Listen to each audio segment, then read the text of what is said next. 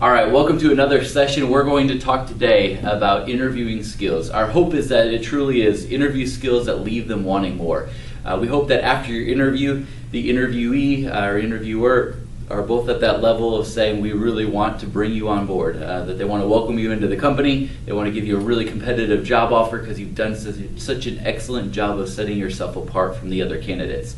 In the interview process and the cycle of getting a job or job application process, if you're getting interviews, your resume is good, it's doing its job. If you're getting interviews but you're not able to close the deal, you need some help. And so my hope today is to give you some good framework around interviewing, what that means, some tips to help you maybe excel and hopefully stand out from the rest of the crowd.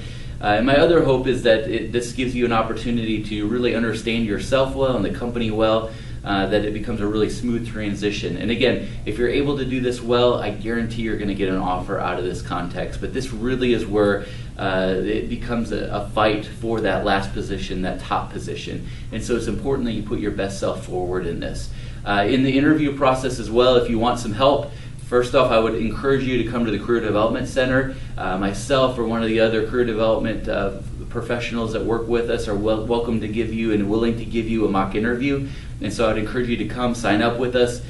We'd be happy to really analyze your responses, the way you respond, how you respond, the connotations involved with some of your responses, how you can make them better or kind of curtail them or tailor them to the interview, but would be happy to do that for you. So please make an appointment with us if this is where your job search is stopping.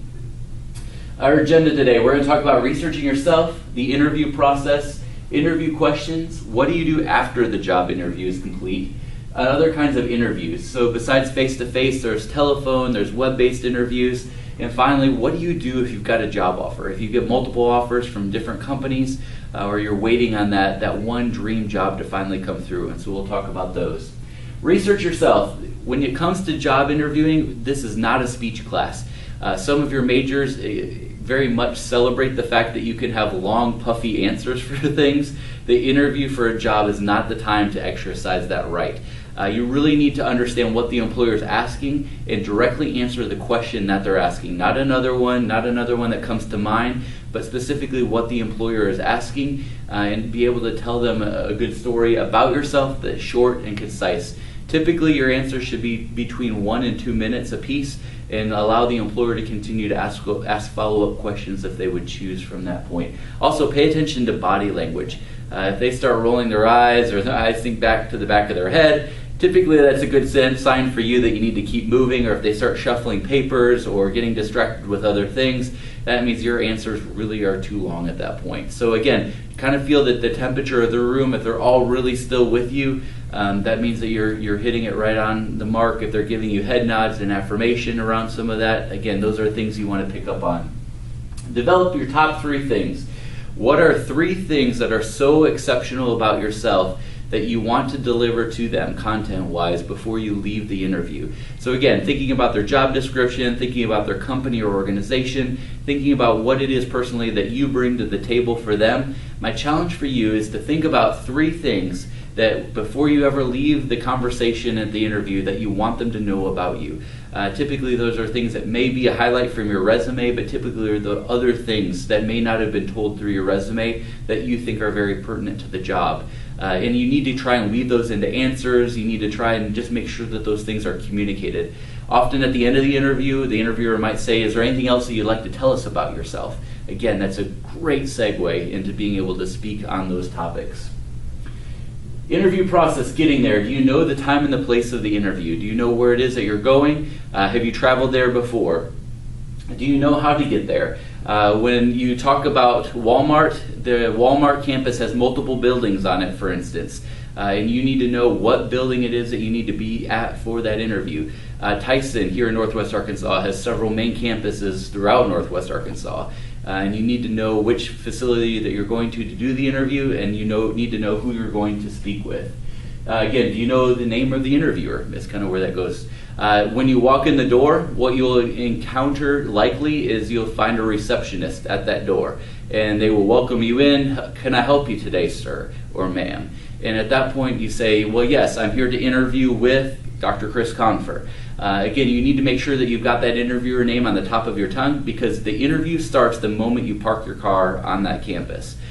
So wherever it is, however you would walk up to the door, everyone is watching every move you make, from the time you get out of your car to the time you get back into your car. And again, your first interaction will be with a receptionist somewhere.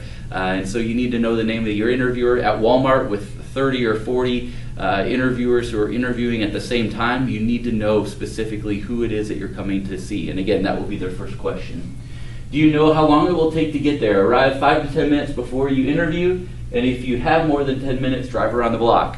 To be on time is to be late for an interview. You need to be early. You need to be able to be at the front door at about 10 minutes before your interview begins, so that you know that you're at the right place, first of all, and that you also have made that contact. Oftentimes they'll have you sign in, they'll give you a guest badge. That stuff will take a little bit of time, and then you just need to wait patiently in the reception area. Don't play on your phone.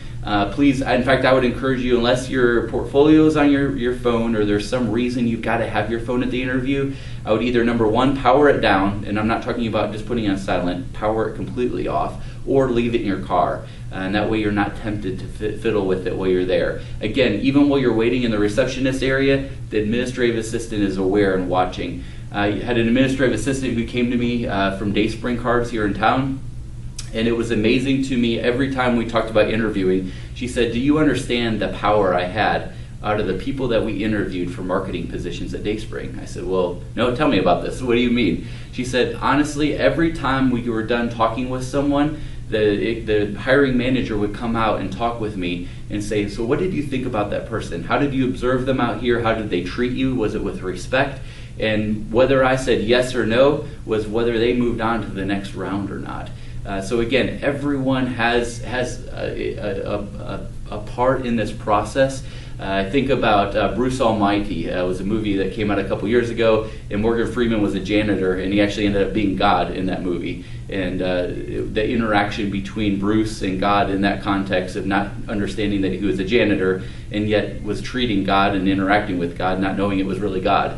And again, often those people that you interact with, whether it's a janitor, whether that's someone sweeping the floors, someone directing traffic, someone who is a door bellhop, if it's in New York City or another big city, there may be a doorman. All of those folks are part of your interview process, so be prepared. Prepare for the worst to happen, flat tire accident.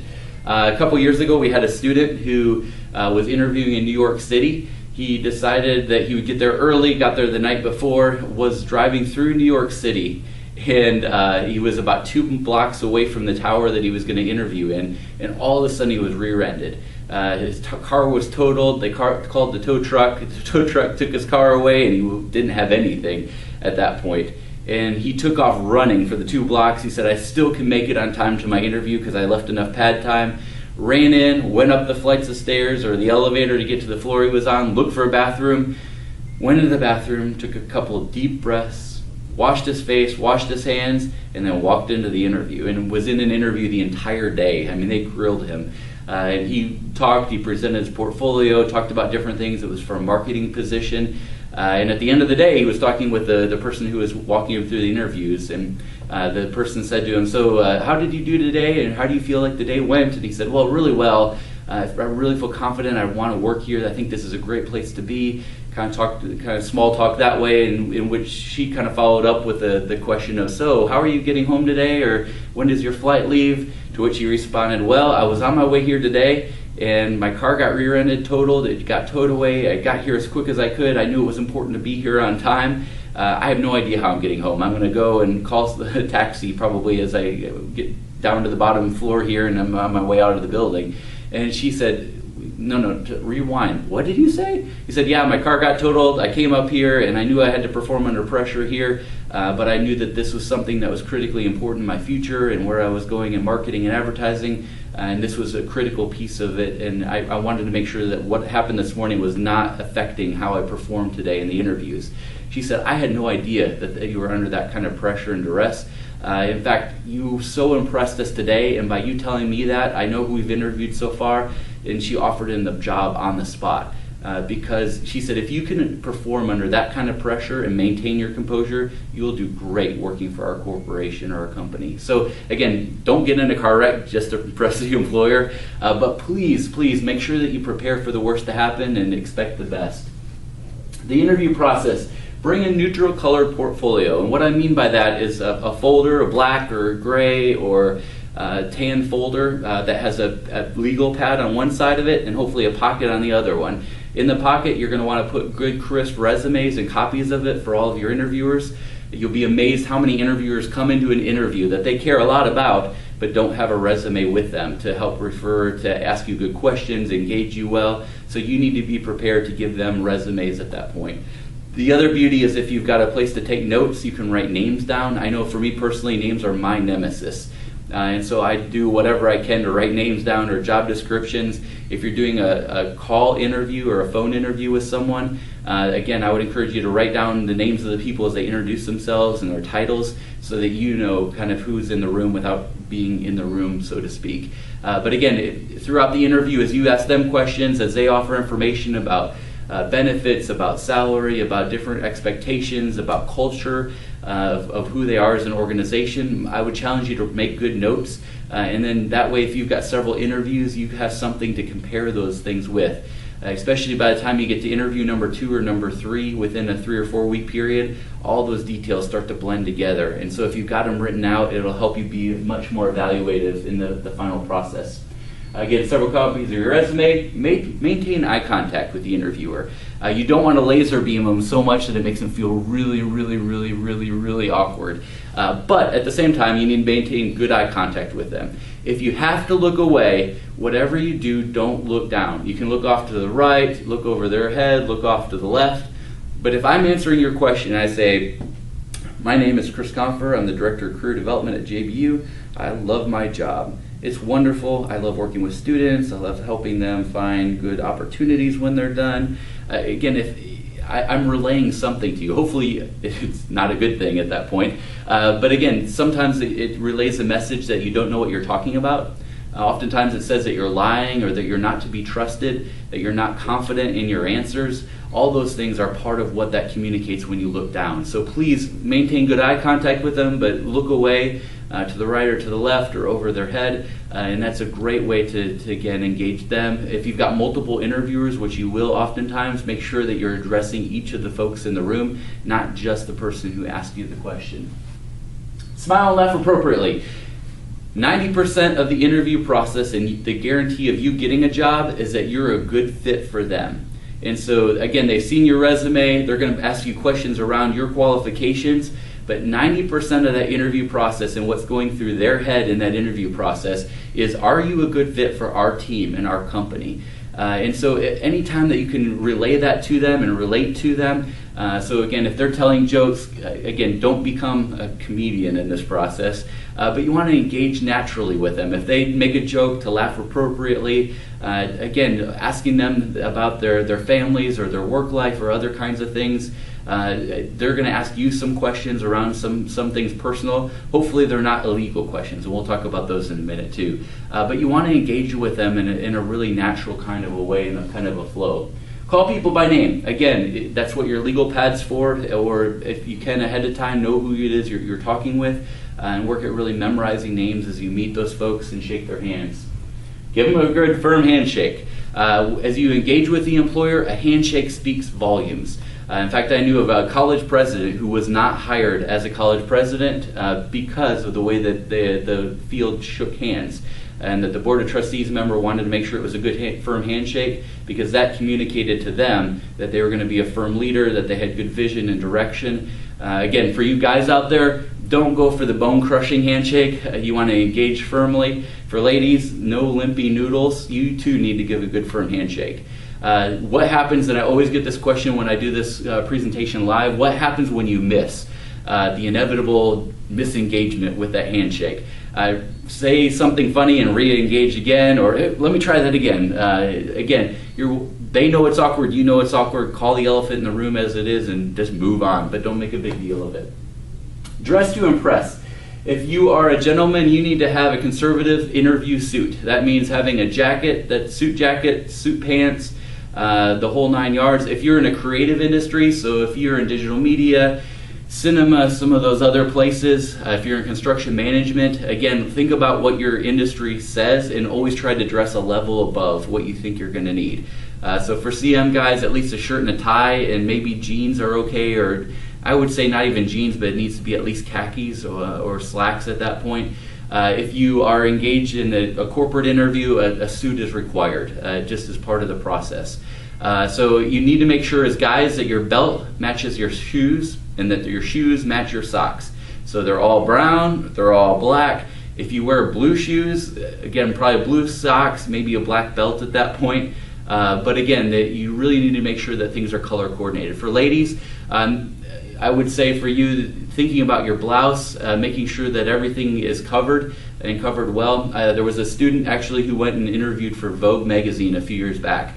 And she looked at all the glamorous covers of all the models.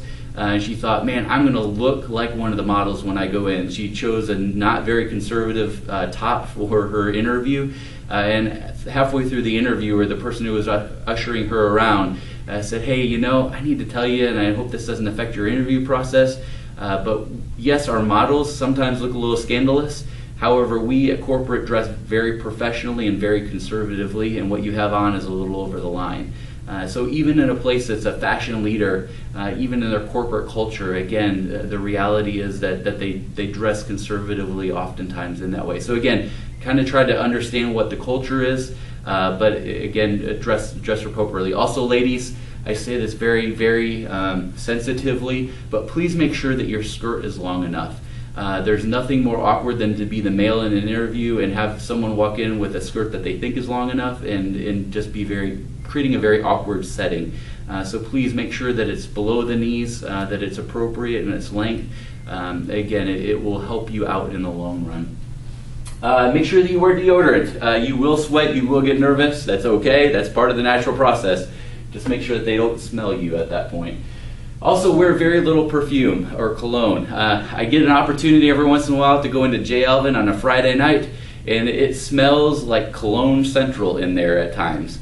You guys tend to bathe yourselves in that stuff to try and impress ladies, which is great in the dating situation. In an interview, it can end it quickly. There are a lot of people with allergies that are related to cologne and fragrance and that kind of a thing. If you wear any at all, wear very little of it, and I would really encourage you probably not to wear any at that point. You have no idea what the interviewer is going to be allergic to, and the last thing you want is for them to end your interview short because they can't breathe in that room. So again, just for the safety's sake, I would say wear none at all if at all possible. Remove nose, eyebrow, lip rings, tongue studs, and any extra earrings. For females, 2 earrings are ideal. Again, this has kind of changed a little bit. Again, you need to look representable. I would say like eyebrow rings, tongue studs, even nose rings, nose piercings need to be removed, at least for the interview, and then after that they'll have a policy in their employment manual or handbook that will dictate what you're allowed to do. If you have tattoos, you need to cover them up. Again, there's no judgment call on that, but again, the employer expects that those will often be covered up in the workplace, so you need to do that for an interview as well.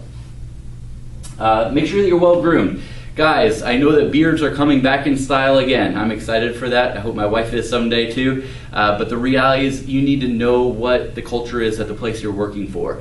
There are a lot of places where you will be the only person with a beard at that point. And even if you do keep your beard, which is great, make sure that it's well groomed. Make sure you've given it a good trim, that you've thinned it out, and that you look well presentable at that point. Get a good haircut beforehand. No shaggy, floppy hair, but again, you need to be well presented. Interview questions, which is the next thing you guys all want to know.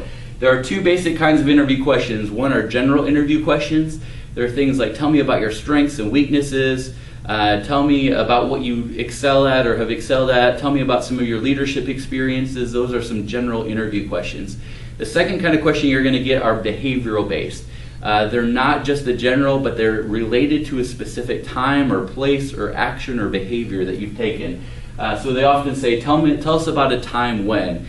Tell us about a time when you failed at something. Tell us about a time when you were selected out of a group for something that you did. Tell us about a time when you struggled with ethics in a situation. Those would be some examples. For either one of these, I would really encourage you to use the STAR approach. So for all of them, whenever they ask you any kind of a question, whether that be general or specific, think about a time or an experience or task that you did. Think about the actions that you took as the A. And finally, think about the results. If the results are positive in that example that you give, you're done with the answer. If it was negative, you need to follow that up with what you learned out of the experience, how you grew, what you would do differently next time. Here's an example. I had a student who wanted to work for Arvest, and so he went and actually interviewed for a teller position.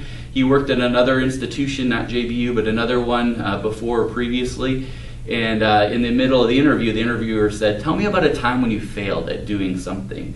And to which he thought about it for a moment, and he thought, when have I failed? Yeah, I was at an institution. It wasn't JBU. I won't say who it was. I was working in the cashier's window. At the end of the day, we went to close our drawers out, and I was missing $3,000. And my boss came in, yelled at me, and that definitely was the time that I failed. And that's where he left his answer.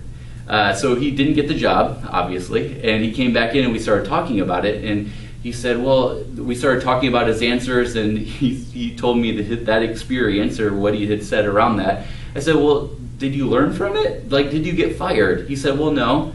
In fact, my boss and I figured out that it was really an accounting mistake, and we were able to put some procedures in place to make sure it didn't happen again. We ended up finding the $3,000 later on down the road. And I said, well, did you tell the employer? And he said, well, no, the employer wanted me to tell them about a time that I failed, so I told them when I failed. So make sure, if you have to disclose anything negatively about you, a time when you failed, when they say, tell us about your weaknesses, make sure that you do say those things, be very honest about them, but think about how you grew, what are you doing to become better about those things, how are you trying to make them less of a weakness, and you really need to follow it up with those other answers. Tips. Show, don't tell. Anytime you can tell a story, it captivates. You guys know this as well as I do, that when you are sitting in a lecture with your professors, the way the professors connect with you on a personal level is telling you a good story about whatever it is they're talking about. The same is true in an interview. In fact, I've tried to share several stories with you, not just to take up time, but the reality is that it communicates so much more effectively if you can put things in the context of a narrative. So please show, don't tell. Practice being self-positive. At JBU, we tend to have this modesty cap that we put on, saying that if we are Christians and we're doing what Christ has called us as Christ followers, that we need to be very humble. I wholeheartedly agree with that. However, in an interview, you are in competition. This is a time to take off the modesty cap and to really celebrate what it is that God has done through you and for you. This is your chance to let the light shine, to be able to say, again, it's not all about you, but the more that you're able to share that and to be excited about the things that you've done, your accomplishments, the successes that you've had in life, you're celebrating God in those instances and you're bringing Him the glory. You don't have to always say that in an interview, well, it was me, but really it was God working through me. But just you celebrating those things for an interviewer is part of that process. And I would challenge you to, again, take off that modesty cap and really celebrate what it is that God's done through you as you answer those questions. Be succinct with your answers. Again, you want to get to the point, get in, get out. You don't want to put them to sleep. Think about your response before you respond. If they ask you something and it totally catches you off guard, please take a moment to say, wow, that's a great question. Can I have a moment to think about it?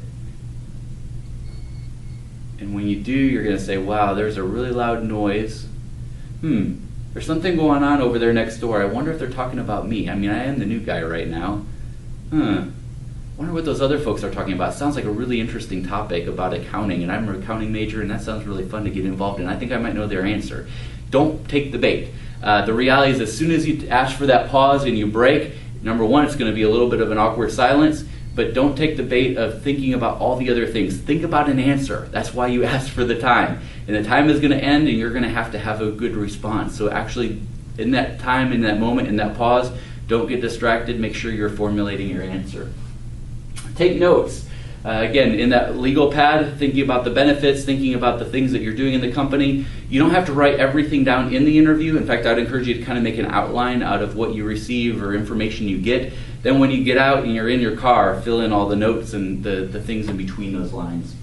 Don't answer legal questions. Things about age, marital status, sexual orientation, gender, and race are all illegal topics for the employer to ask you about, unless it has something to do with the function of the job. So at JBU, when we interview RDs, we ask them all about their families, we ask them about their religion, we ask them about other things, because they're actually going to be living on campus with their spouse if they're married. But in a real employment situation outside of JV or outside of a live-in situation, they can't ask you those things. If you're a young female, sometimes they'll ask, so what are your family plans? They can't ask those questions. Again, if anything that they could discriminate about hiring you for are illegal questions to ask. Again, if it has to do with you fulfilling your job or fulfilling the duties of your job, those are fair game for you to ask those things. So in essence of that, a response to that, one answer that you might give is, my personal life will not affect my ability to be a very successful and productive employee. Again, you're assuring the employee or employer that whatever it is that they're asking about is not going to have a bearing on how well you do your job. And it's important to kind of keep coming back to that if they keep going down that road. Finally, relax and be yourself. Again, in an interview, 90% of it is about your connection with the employer, and you want to leave a good connection in there. At the end of every interview, if they are a good interviewer, they're going to ask you, do you have any questions for me? The only wrong answer to that is if you say, no, I do not have any questions for you. You need to have 3 or 4 really good questions for them. In a lot of ways, looking at the company is like looking at this iceberg. You see what's outside of the water. In fact, they're going to wine you and dine you. Often they're going to take you to a nice dinner. They're going to show you the best things that the company has to offer. They're going to talk about their wonderful benefits package and why you should work for them. They're going to show you what's outside of the water. Your job as a good interviewee is to figure out what's lurking beneath the surface of that water. What does their culture look like? What does the job look like specifically? And so you need to ask questions around that. Some good questions, maybe, what does teamwork look like here? What do you expect me to accomplish in my first 60 or 90 days? Again, you're able to see, are they going to overwork you and kill you in your first 60 to 90 days, or is that a reasonable expectation? You're also demonstrating to them that you want to be in that high-performing group and that you want to know what that will look like. What are the common attributes of your top performers? Again, this is a great question to ask, and it lets you know, how do you stack up? When they say, man, our top performers work 80 hours a week at least. They take work home with them. They take work on vacation with them. They don't really have families, and that's to their benefit to not do that because they are fully dedicated to us. Hopefully you never hear that answer. But again, those are the things you're looking for. What is that culture that you don't see from all the paperwork and the things that you've read about the company and research so far? What are a few things that really drive the results of the company? Again, being able to understand what they value and hold in high regard. Do most employees count down the days to the weekend, or are they looking for Monday to come around? Again, if you have a shot to talk with another employee, or they bring you in to talk with someone else who's been working there for a while, ask them, are you excited to come to work on Monday morning, or do you dread when Monday morning comes around? And often they'll give you a good reflection of that. And finally, what do you see as the biggest challenge facing XYZ company right now? Again, from their perspective, what is that challenge? Oh man, we're looking at downsizing. I mean, we're going to hire you on, but we don't have a good financial outlook in the next several months. Hopefully that's a good red flag for you at that point. But unless you ask the questions, they're not going to automatically offer you that information. Finally, when you are done, after the interview, send, and I know this is going to sound grandma-esque, but send a handwritten thank you note to the employer. In fact, the best way to do this is after you're done with the interview, shake their hand and say, "Hi, Dr. Confer, it was great meeting you today. Thank you for the opportunity to interview with you. Do you happen to have a business card?" And as soon as you get the business card, you have their name spelled correctly, their title, their physical address. You've got everything you need to re-engage with them. Number one, that's really helpful when it comes to the point of them making you an offer and you trying to work back and forth with them. Or if you're waiting on an offer and needing to talk, and we'll talk about that in a minute. The second thing is when you go to send that handwritten thank you note, you know exactly who to send it to and how to address them, which is golden. What I will say, and I hear this for every single year, I get students who come back to me and said, that was the best piece of advice I've ever been given. When I went to the interview after I was done, I wrote them a handwritten thank you note, and the actual employer told me that was the difference between me getting a job and not getting a job, or an internship and not getting an internship. So please take the time to do it. I know it sounds old-fashioned, but it works. And a couple of reasons why. Number one, you took the time to do it when 98% of the rest of the candidates will not take that time to do it. Number two, by you doing that, you also end up showing up in their process about the time they're ready to make decisions. Hiring decisions come 3 to 5 days after the interviews are finished, or around that time. And so by you sending one that arrives about 3 days because of our great U.S. Postal Service, it'll take about 3 to 5 days to get there. It'll come back up, and even if you are not one of their candidates that they were considering, I guarantee you will make them reconsider again. So please send it. I can't tell you the benefit that it will provide. Other types of interviews are a phone interview. In a phone interview, I would encourage you to dress professionally for a phone interview. There's something about putting on that interview attire and then sitting down and doing a phone interview that makes you feel like you're on the spot and professional, and I would encourage you to do that. For some of you, it may be setting up your stuffed animals on the other side of the room so you've got someone to talk to, or having a good friend sit on the other side of the room and listen to answers and give you some good verbal and nonverbal cues that you're doing a good job. Again, whatever you need, make sure that you set that up well, but also think about the background. A couple years ago, I was doing an interview with RDs, and one of the RDs that we were interviewing pops open a can. We were hoping it was soda that he was popping open, and you could hear him guzzling it down. And then about 15 minutes later, we hear a toilet flush in the interview. And we were hoping and praying it was not him. But again, everything communicates something. Some of you are good walkers, and the only place on campus you think is to get out and away from the noise and distractions, maybe to go to the walking trail. If you do, think about what that means to walk on the walking trail, and that every step you take may be going through the phone. And again, we've been in a lot of interviews, or I have, where that is very distracting as an interviewer, to hear those footsteps coming through. In fact, we were doing one RD interview once where it started out really good, and we started asking progressively intensive questions. And by the end of it, they were out of breath because they were basically jogging and answering the questions for us, and they just kept speeding up as the questions got more intense. So again, think about what it is that you're communicating. Web interview. Again, dress fully for a web interview. Do not be surprised if you are giving a web interview and you're talking to them and they say, hey, can you show me what's on the wall back behind you? I think I see a diploma up there, or a picture. Would you mind helping us see what that is, or pointing that out for us? And so if you dress up from the waist up for interview, you just got found out when you stand up to go get that picture off the wall. Also, again, I think it really helps you to put a positive persona behind you because you're fully dressed in that way. Secondly, when you're talking to a camera, often it can be so depersonalized. I would encourage you to practice that.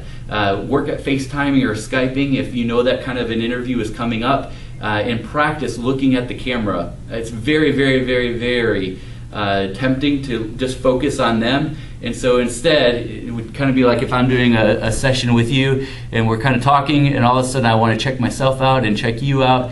All of a sudden it looks like I'm really not paying any attention to you, or I'm not even addressing you because I'm looking over here at this other person. So again, you want to really maintain eye contact with the camera. Even though it seems depersonalized, it makes a big impression on the other side and how you're able to handle that. Answering machine. Be ready to leave a good message. Many times employers are very, very busy in what they do. Don't be afraid to leave them a really good message. Again, think about what you need to communicate in a 30-second message. Don't go on and on with them, but be ready to leave them a good message. Also, again, make sure that your answering machine has your first and last name on it, or they can't leave you a message. Also, make sure that the message on your answering machine, your personal voicemail, is set up and it doesn't just have a number, and it is actually a professional message. You've reached Dr. Chris Comfer. He's unavailable right now. Please leave your name, number, and a brief message, and I'll return your call as soon as possible. That's a great message to have, a professional one to have out there. Informational interview. This is another type of interview that I would encourage you to think about. If you are looking at a field that you have no connections with, if you're looking at breaking in maybe into the vendor world, in fact, we've had a lot of alumni or some students that became alumni who took this route. I can think of one specific student who wanted to work for Disney. That was his dream job, and he wanted to work in the vendor community here for Walmart for Disney. And so he went around and actually did informational interviews and got a hold of someone from the Disney branch here in Northwest Arkansas, and just had a really good conversation with them. An informational interview, you're doing it not to get a job, but to really understand the company, understand the job, understand the process, for you to learn what the jobs are titled so you can go out and search for them. But out of that process, often you make a really good impression on those employers. The one thing I know and will stand firm on is that employers hire who they know. Employers hire who they know. And so even by doing the informational interview, you just made yourself known. You're not just the name on a page or a name on a resume that comes floating through, but you're a real person that they've connected with. And so an informational interview is a great way to get your foot in the door if you don't have other connections to that organization. The other thing about informational interviews is people love to talk about themselves. In fact, if you ask me, I want to be a director of career development someday, and you scheduled a meeting to meet with me to find out how to do that, I would love that. So please don't all do that at once. But again, I love talking about what I do. I'm doing this for a reason because I'm called to do it, and I love talking about that with other people and sharing that with other people. And so again, in the vendor community, when you think about doing things at a hospital, or if you're thinking about digital design or breaking into the media industry or film industry, go do those informational interviews, because again, it makes you a known entity. Be ready to leave a resume, even though they may not ask, and don't leave it if they don't ask, but at least have one, so that if they say, hey, how could I get in contact with you, or do you have a resume or a business card on you, make sure you've got something to give them. And I guarantee that when they have another opening, if your name's not in the pile, but you've shown interest in that specific job, in that specific area, that likely they're going to give you a call or let you know that they want to pursue you for that. So again, it's a great way to get yourself out there. So, negotiating job offers. When you get to that point and you have been given a job offer and they say, here's what we want you to consider, you're going to get benefits and salary. Let me say that money is not everything in a job offer. To think about the culture and what you're working and how the environment that you're working in, to think about the benefit package. If they offer to match retirement, or they'll automatically contribute to your retirement fund based on a percentage that you earn, those are all huge benefits that pay off down the road. It won't be immediate, but are things you need to consider when you look at that.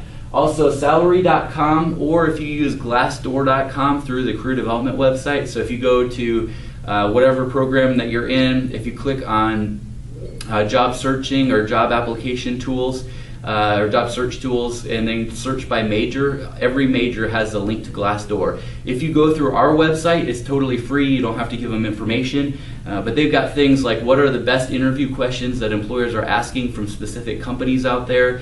They'll let you know what their interview process was like. They'll give you reviews about the company and working there, and they've also got salary scales.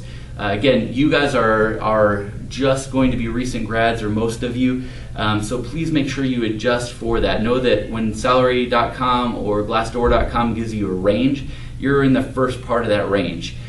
Typically for employers, what I'll say is if you are within $5,000 of what you think you should be making for that job, take the job and then work for them and demonstrate and prove to them that you're worth the extra $3,000 to $5,000. It will come. However, if it's $8,000 or $10,000 off from what you think it should be, negotiate with them. Again, know also that the number is not everything, but thinking about the benefits that you're going to receive, are there other things that you can negotiate with them too? So again, if it's a small non-for-profit that you're looking at, and you know that they can't pay you any more than what they say, negotiate an extra week of vacation in there, or see if there's some other way or something else that they can work with you on. But please look for those opportunities. Second part of this is you need to know what it means to live. So a cost of living calculator, rather, they're out there on the internet. Different communities or chambers of commerce will often have them, but it will allow you to know if you're making $50,000, or $30,000 is a great example. Here in Arkansas, you can live pretty comfortably for $50,000 a year here in Northwest Arkansas. If you take that same $30,000 and try to live in New York City, you're really, really going to struggle to maintain life out there. And so, again, know what it costs for housing, for insurance, what it costs to have a gallon of milk. Again, you need to know your budget and what you need to be comfortable. So again, crown.org is another one. We've got some financial skills workshops that you're welcome to participate in. but would encourage you to know what it is that you need to live on, and does that salary accommodate that lifestyle in that location. Do not bring up the salary in the interview. Let them do that. Let them bring up the actual number. If they say, so what do you think you're looking at right now, or what would you like to make? Push it back on them to say, well, you tell me, what do your top performing employees make, or your top performing entry-level positions make, knowing that you're going to do excellent work for them. But don't be the first one to put a number down, because you're either going to be too high and they're going to write you off, or you're going to be too low and they're going to say, yeah, that sounds great, it's a deal. And then you're in trouble for a while, several years afterwards, trying to make up that difference. Multiple job offers, which I hope that you all have this experience. So you've gone out, you've done multiple interviews, and you've got multiple offers that are starting to come in. Once you actually accept the job, you are off the table. So if you accept it verbally, if you accept it in writing, on a handshake, as soon as you accept something, you're off the table, no more negotiations. Even if your dream job comes in a month later, you can't renegotiate or renege on that. You need to make sure that you maintain your integrity and you're true to that commitment. What do you do, however, when you're waiting on that dream job? Number one is if a company comes to you and says, here, we're willing to make you an offer, and it's not quite the right job. It's a good job, but you've got another one out there that may materialize for you. Ask them, how long do I have to make a decision, or how long can I consider? Sometimes it'll be 48 hours, sometimes it'll be that day. Typically it'll be a couple weeks that they're willing to wait with you or for you. Know that they've probably also got other candidates, so don't extend that out too long, definitely not beyond their deadline. Tell them that you have interviewed with other companies and that you need time to decide. However, don't name drop with them. And then as soon as you're done in that conversation, whether it's email or on a phone conversation or in person with that company who offers you the job, immediately after that, get on the phone and try to contact the employer who you really want to work for. Say, man, I've got another job offer on the table, but I really want to work for you. When do you think you'll have a decision made by? And really try to push them into giving you a decision. The worst they can say is, sorry, we don't know. It could be another 2 months before we make a decision, or another 2 weeks, at which point you've got a hard decision to make, and you need to pray about that, whether you go with what you know or you kind of wait and hope that this next one opens up. The second thing that this often does is it provides that second employer an opportunity to come back and counteroffer. So for them to come back and say, oh man, thank you for telling us. We really are interested in you as well. Let me see if I can get that number pushed through HR or pushed through the manager, and I'll try to get it to you in the next day or two.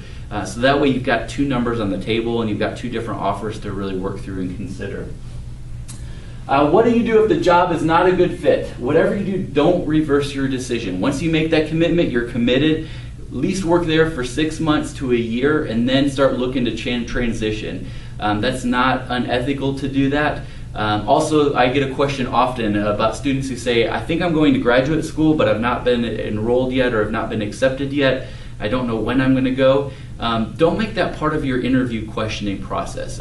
Typically, an employer will ask you a question, where do you hope to be in the next 5 to 10 years? What they're not asking is all your personal stuff, so don't go that way with it. What they're looking for is, I want to be in your organization, I want to advance and to be committed to growing and to learning and developing, and I hope to have been promoted 2 or 3 times while I've been here. That's what they want to hear.